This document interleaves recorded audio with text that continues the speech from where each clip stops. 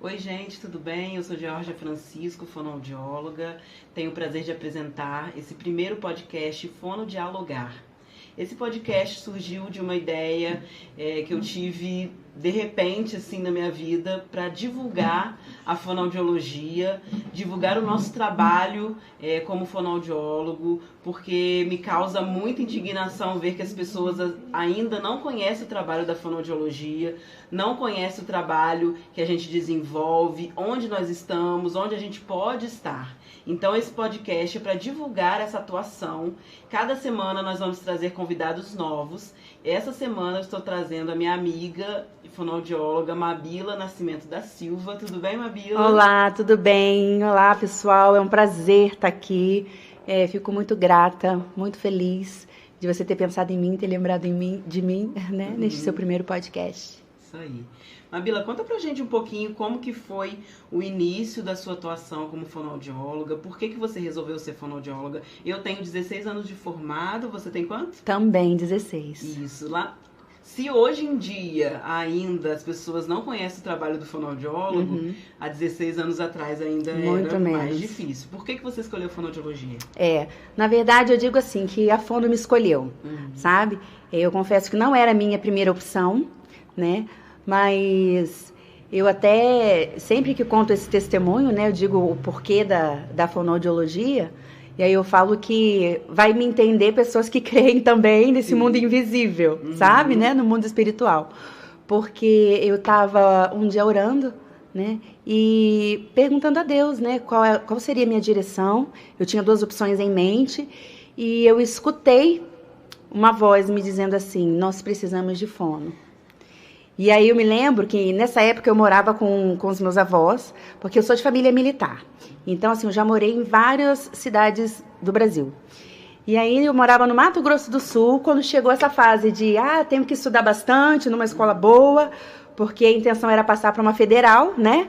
E aí eu vim morar com os meus avós, e nesse dia especificamente que eu estava pedindo a Deus essa direção, quando eu escutei, eu me lembro que foi algo assim que me marcou tanto, que eu cheguei a levantar e olhar pela janela, para ver se não tinha ninguém na rua, né? Se alguém não tinha falado alguma coisa e eu entendi errado, né? Era mais de 00:30, a rua estava vazia, né? Então eu falo assim, e eu tive a certeza, né? Eu só precisava de mais um empurrãozinho, né? Já estava mais inclinada para a fono mesmo. Então eu falo que a fono me escolheu, que eu vejo assim o meu trabalho muito como um ministério também, sabe? Quando você decide que você vai servir os outros através daquele trabalho, né? Então tô aí nessa jornada há 16 anos. Assim que eu me formei, eu voltei para casa dos meus pais. Nessa época eles moravam no Mato Grosso e eu já fui direto para o serviço público lá. Depois mudei de novo, também fui para o serviço público na cidade seguinte, onde moramos.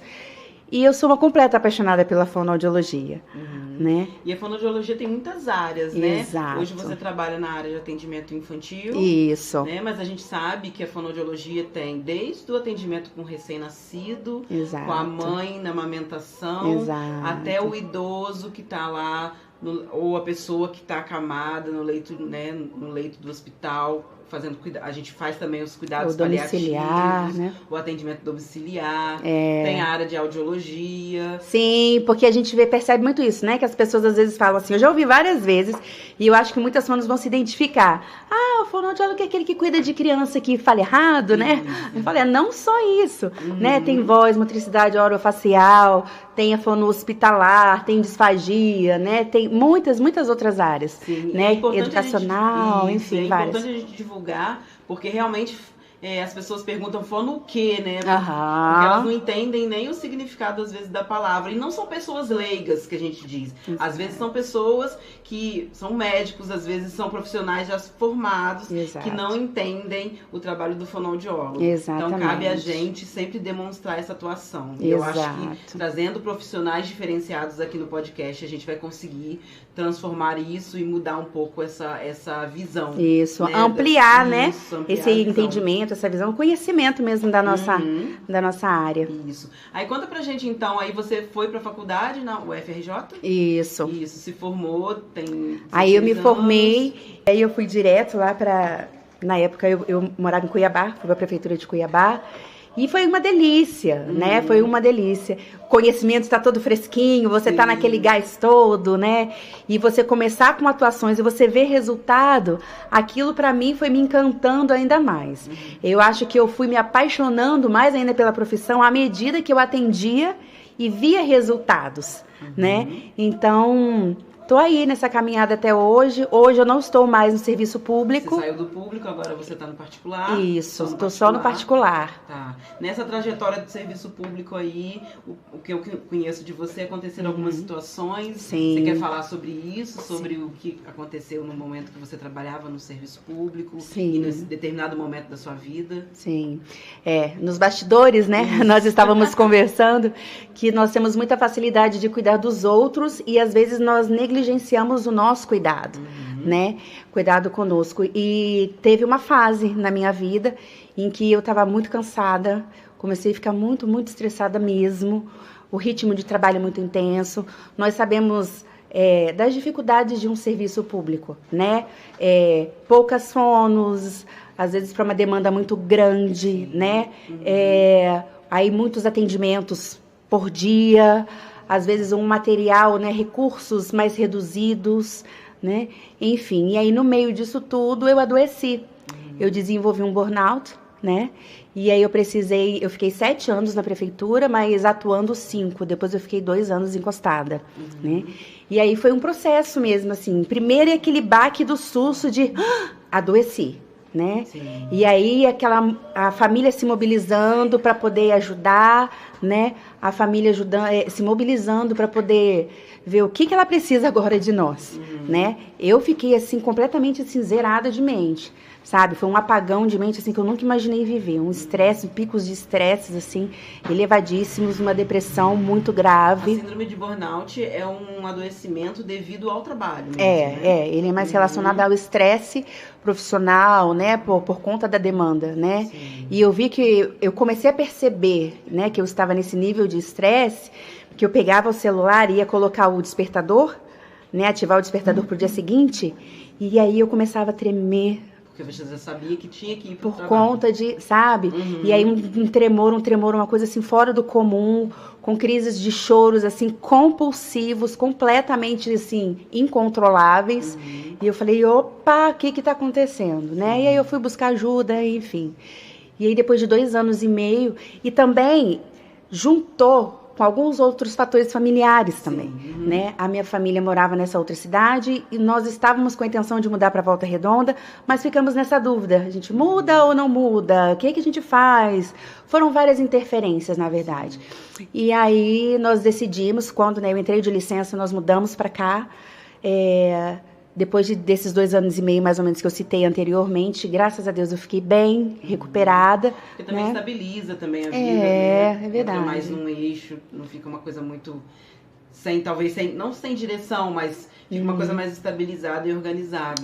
Eu acho que a partir do momento... o tratamento. Isso. Né? Eu acho que você aceitar que você adoeceu é o primeiro e mais difícil passo. Isso. Principalmente para nós que somos profissionais da saúde, a gente quer sempre assim, não, eu aguento mais, não, eu aguento mais, eu aguento mais, não, vambora, né? Sim. Então, você parar e falar assim, não, deixa eu olhar para mim com sinceridade.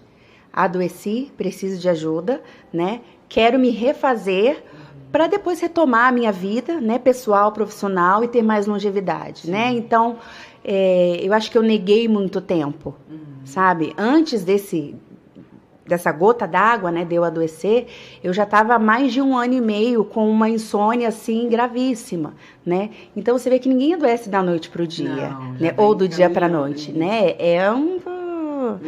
Enfim. E aí, quando eu vim para cá e me recuperei, eu entrei naquela, e agora? Como é que eu vou fazer para retomar minha vida profissional? Sim. Né?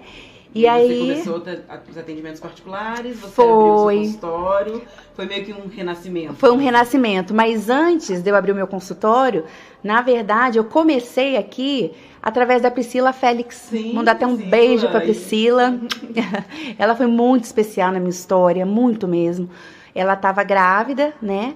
E aí ela no final da gestação, ela precisaria de alguém que assumisse o consultório dela enquanto ela estivesse na licença maternidade, e eu fui essa pessoa, né, que pude assumir.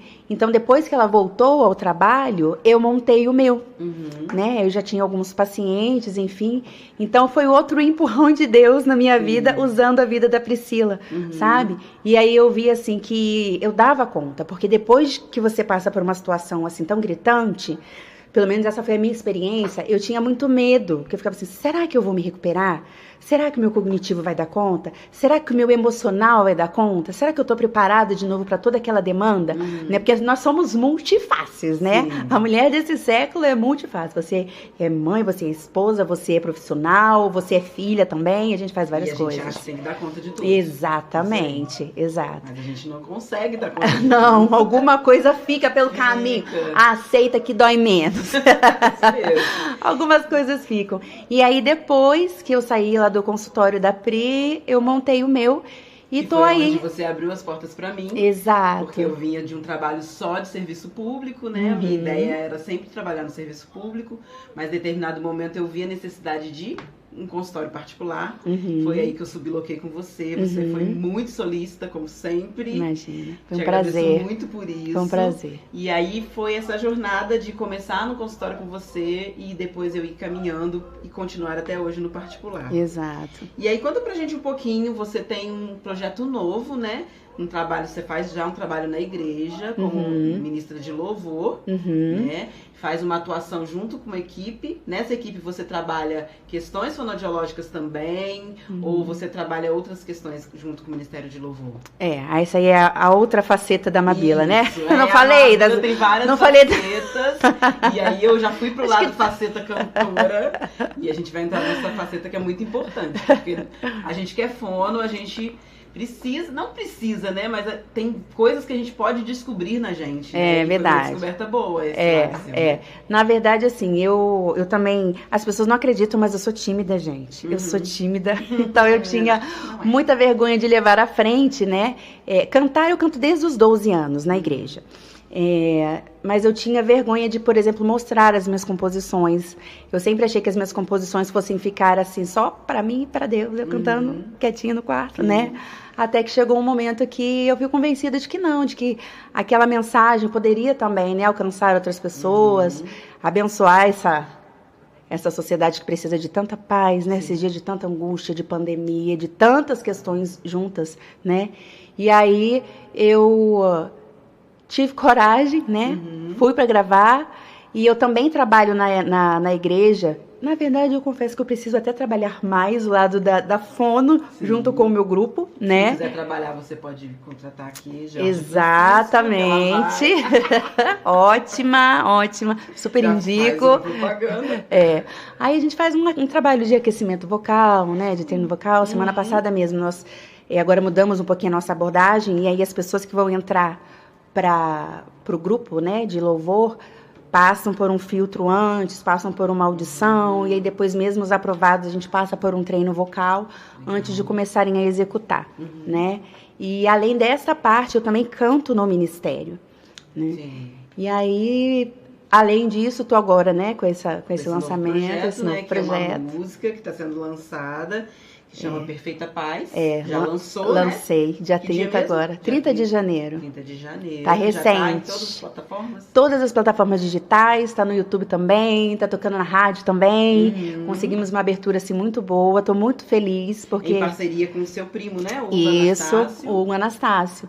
Meu primo que também canta desde novinho na igreja, né? Aí era um sonho nosso há muito tempo. E aí, quando eu entrei, né, pra gravar, eu falei, eu não posso ir sem ele. E essa música é composição sua? É minha composição.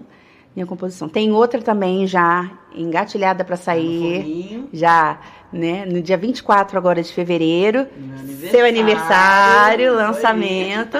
Aí é outra canção que chama Tudo Posso, né, em cima de um texto onde o apóstolo Paulo diz que tudo posso naquele que me fortalece, né? Então, independente da dificuldade, da luta, né, a gente consegue se reerguer, né? A gente agarra em Deus e a gente consegue avançar, né? Então, já que tem uma canção aí já lançada, eu queria que você cantasse pra gente um pouquinho, um trechinho de Perfeita Paz. Canto sim.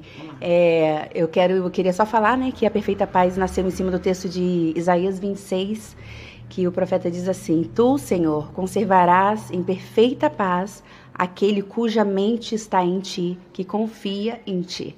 Né? Então, assim, é uma música que me veio ao coração enquanto eu pedi a Deus por mais paz, por aprender a confiar, né? E nós, por vezes, deixamos até de, por exemplo, enfrentar, né, um podcast, botar planos e sonhos na ativa. Exato, né? E aí vem o medo, vem a falta de confiança, tantas coisas. Então, ela nasceu em cima desse texto e eu queria citá-lo, né? E aí diz assim: Tu conservarás em perfeita paz aquele que confia em ti.